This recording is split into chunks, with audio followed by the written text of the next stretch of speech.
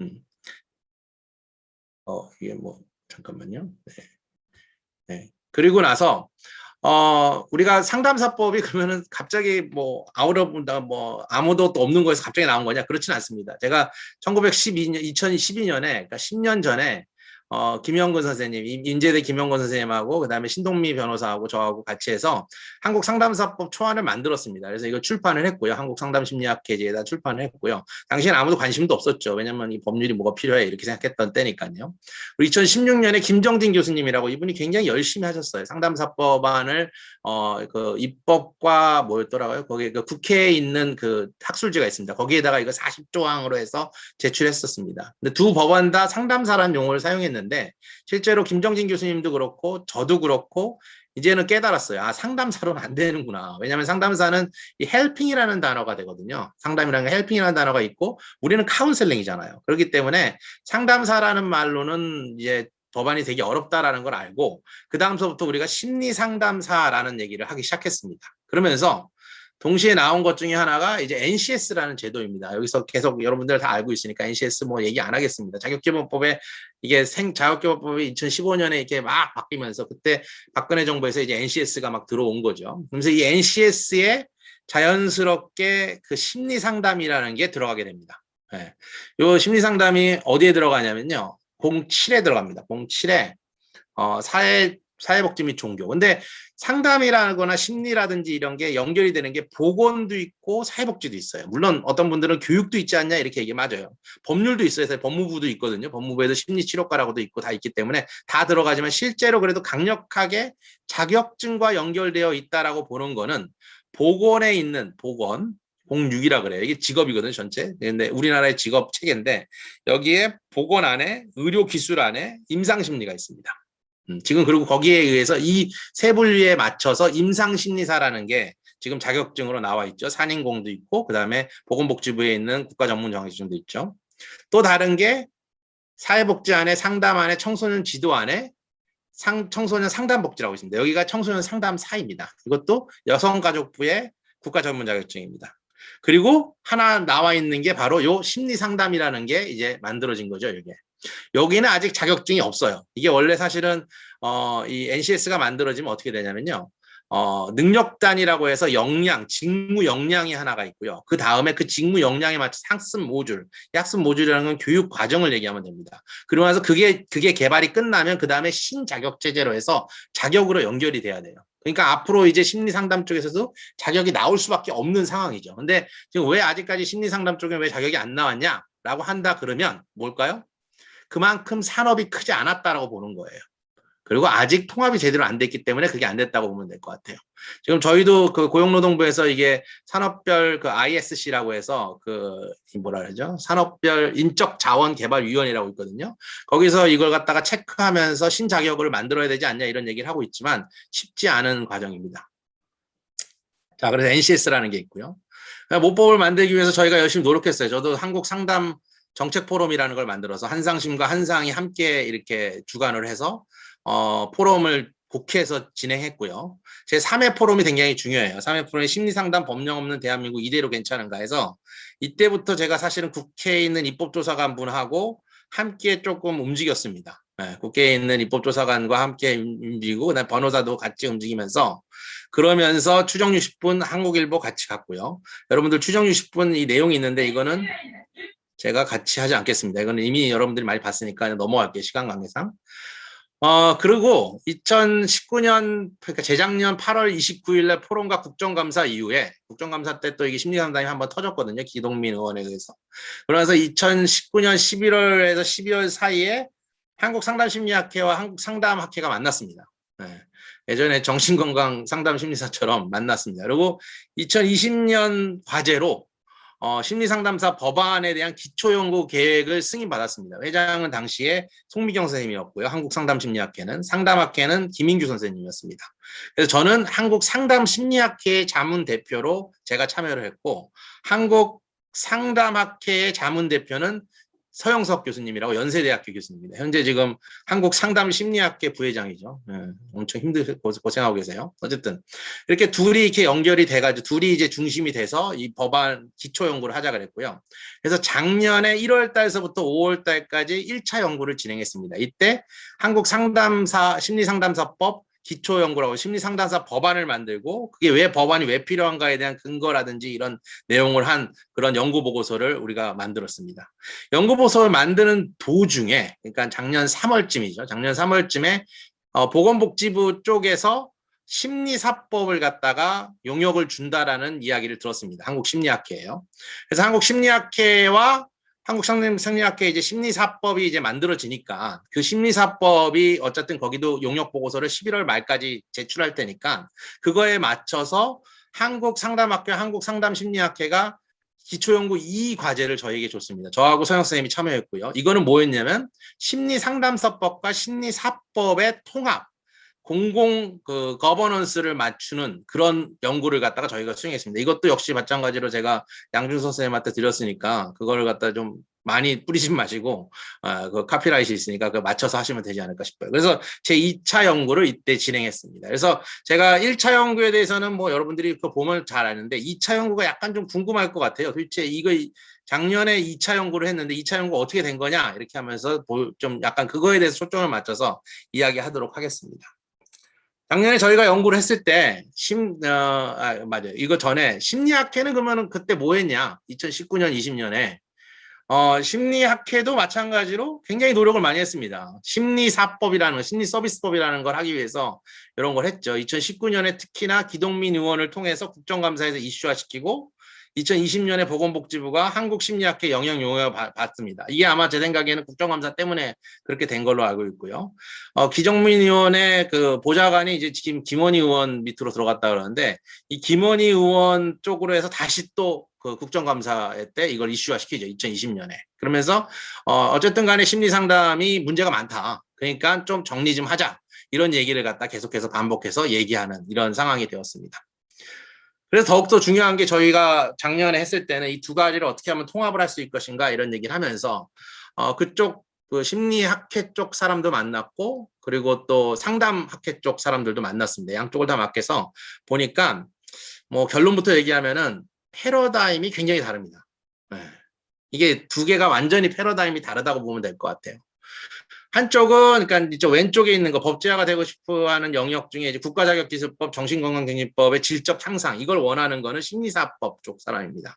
한국심리학회는 기본적으로 지금 현재 있는 산인공에 있는 그 임상심리사라든지 혹은 청소년 상담사라 상급이라든지 이런 사람들이 약간 이슈가 있으니까 최고의 자격증, 심리학의 최고의 자격증, 그러니까 1급 수준의 자격증을 만들어서 이걸 갖다 전체적으로 질적으로 향상시키기 위해서 이 법이 필요하다. 이렇게 생각한 겁니다. 그에 반해서 상담 쪽 하는 사람들은 어떤 거냐면 지금 현재 비전문가들이 너무 많이 들어왔다. 이 비전문가 무자격자들 있고 뭐 아주 문제가 많은 10시간 만에 하는 사람들이 있지 않냐. 그런 사람과 구분할 수 있는 그래서 심리상담을 법적인 테두리 안으로 들어오게 해야 한다라고 생각하는 걸로 법을 만드는 겁니다. 이 둘이 법이 달라요. 법의 목적이 다른 거예요. 한마디로 얘기해서. 그래서 법의 목적이 굉장히 다르다는 걸 알았고요. 이때. 두 번째로 법의 적용 대상에 대한 정체성도 완전히 다릅니다. 패러다임이. 이쪽은 심리학 안에 상담이 포함되어 있다고 생각을 해요. 반대로 상담하시는 분들은 상담 안에 심리학이 포함되어 있다고 생각하십니다. 네. 굉장히 이게 패러다임이 너무 다르니까 이게 만남이 어렵더라고요. 제가 작년에 굉장히 노력을 했음에도 불구하고 만남이 이렇게 어려울 수가 있나 이런 생각을 했는데 법안의 적용 범위도 굉장히 달랐어요. 이쪽은 심리학 전공자입니다. 이게 작년 10월달, 9월달에서 이때랑 변함이 없어요. 이거 계속 갈 겁니다. 지금 이름은 바꿨지만 결국 인증 프로그램으로 가기 때문에 결국은 심리학 전공자로 가는 겁니다. 이거.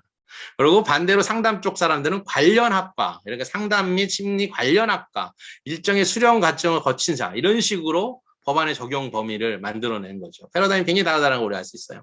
자격증 명칭도 심리학회 쪽에서는 심리사 one and only예요. 이거 작년에 저희가 만든 보고서입니다. 그대로예요. 이거 그대로입니다. 이거 그대로 갈 거예요. 네, 절대로 바뀌지 않았습니다. 상담 쪽 사람들은 상담이라는 말이 들어가면 된다 이렇게 얘기합니다.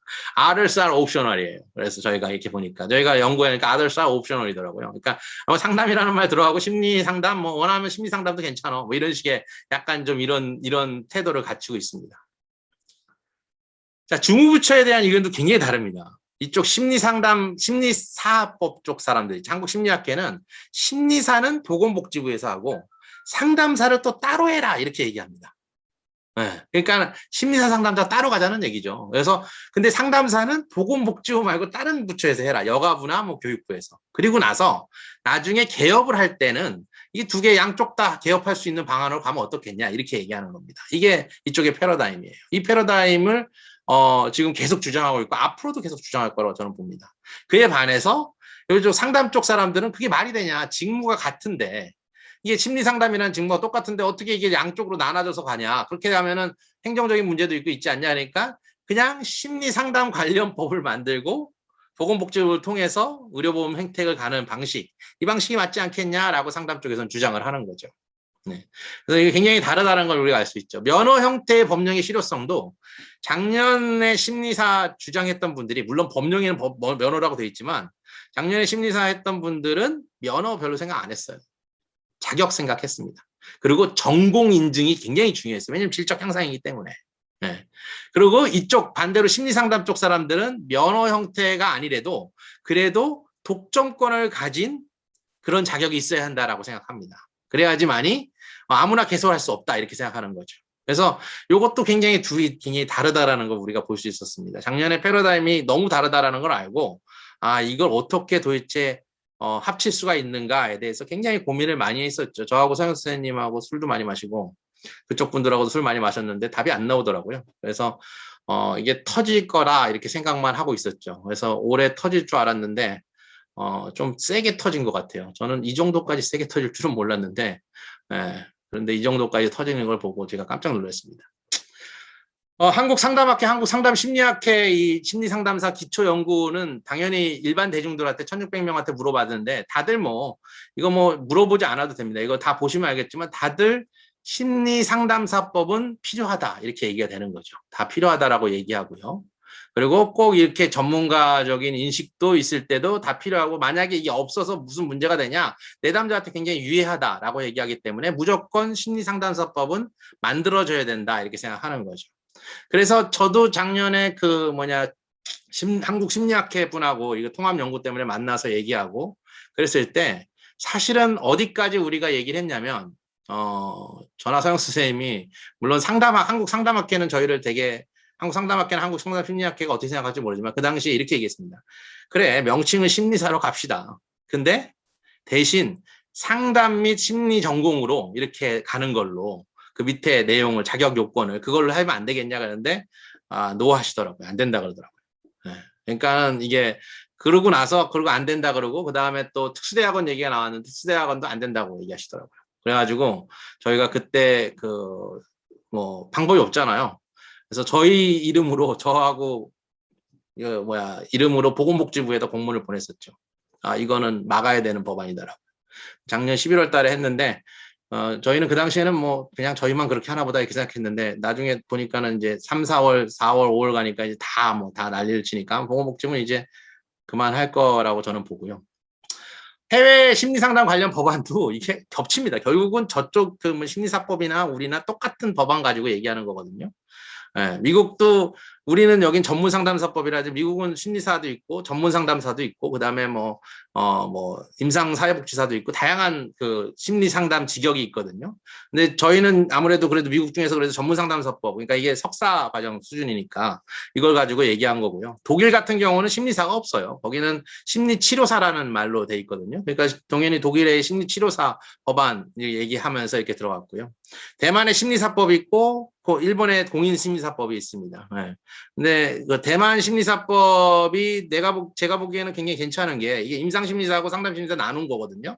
나눠서 이렇게 두 개로 들어가 있어요. 근데 실제로 대만 같은 경우도 임상심리사들이 하려고 하니까 상담심리사들이 따라 들어가는 그러다 보니까 약간 좀 먹힌 그런 그 법안이라고 보면 될 것 같고요. 일본 같은 경우는 저는 괜찮게 생각하는데 임상심리 하시는 분들이 되게 싫어하더라고요. 왜냐하면 일본 같은 경우 의사의 지도를 받아야 된다 뭐 이런 거 있거든요. 그러다 보니까 일본 공인심리사법이 2018년에 이제 발령이 됐는데 별로 그렇게 원하지 않아 하는, 이걸 갖다 따라하고 싶어 하지 않는 이런 모습을 보고 있습니다. 그래서 뭐 이런 것들이 해외 심리 상담 관련 법안이니까 아마도 그거는 뭐 다른 나라도 많이 하니까 우리나라도 이걸 당연히 들어가야 된다라고 하면서 연구 요약을 했죠. 운영 방안에 대해서는 뭐 다양한 얘기가 있지만 여기 쫙 이렇게 우리가 그 논문을 쓰면서 했지만 가장 중요한 것 중에 하나는 그 결국은 우리는 어떤 거에 초점을 맞출 거냐 했을 때 NCS입니다. NCS가 지금 학습 모듈도 나와 있고 직무 역량도 나와 있기 때문에, 그리고 심리 상담이라는 말로 딱 돼 있기 때문에 그걸로 가는 거고요. 여러분들이 그 심리사법을 잘 보시면 거기에 보면 심리 치료, 뭐 심리 교육, 뭐 심리 재활, 심리 평가 이거 있잖아요. 그거 전부 다 NCS의 임상심리사의 직무 영역입니다. 그거랑 똑같다고 보면 돼. 아예 거의 베꼈다고 보면 돼. 아예 똑같다고 보면. 왜냐면 그게 그거니까. 그게 그 사람들이 원하는 거니까. 그래서 아마 심리사법으로 가게 될 경우에는 임상심리사, 그거 용어가 아마 심리사로 바뀌지 않을까, NCS에서. 근데 그걸 갖다 임상심리학계에서 가만히 놔둘 리가 없어요, 또. 그러니까는 그러면은 어떻게 할 거냐 했을 때 심리상담이라는 요 NCS 안에 이제 심리사라는 말로 들어올 가능성도 있죠. 그렇게 되면 이제 또 심리상담 쪽에서 또 난리를 칠 테니까 결국은 쉽지 않다, 이렇게 보면 될 것 같고요. 인정 방안은 이제 청소년 상담사하고 우리 똑같이 했어요. 그래서 청소년 상담은 10개 학과인데 그거보다는 저희는 조금 더 넓혀서 붙이게 보면은 나와 있는데요. 뭐 정신 분석도 들어가고요. 다양한 학과에서 과목을 이수한 사람들에게 이걸 준다라는 개념으로 이렇게 들어갔습니다. 그래서 NCS 과목을 이수한 경우에 심리 상담사 자격을 받는 걸로 저희가 얘기했고요. NCS 예시입니다. 이게 예시입니다. 그래서 필수 영역 한 3가지 정도 놓고 이 중에서 한 과목, 영역별로 한 과목 이상 이수할 경우에는 심리상담사 자격이 가져가고 선택 영역 나와 있고, 이런 식으로 저희가 구성을 하고 간다고 보면 될 것 같습니다.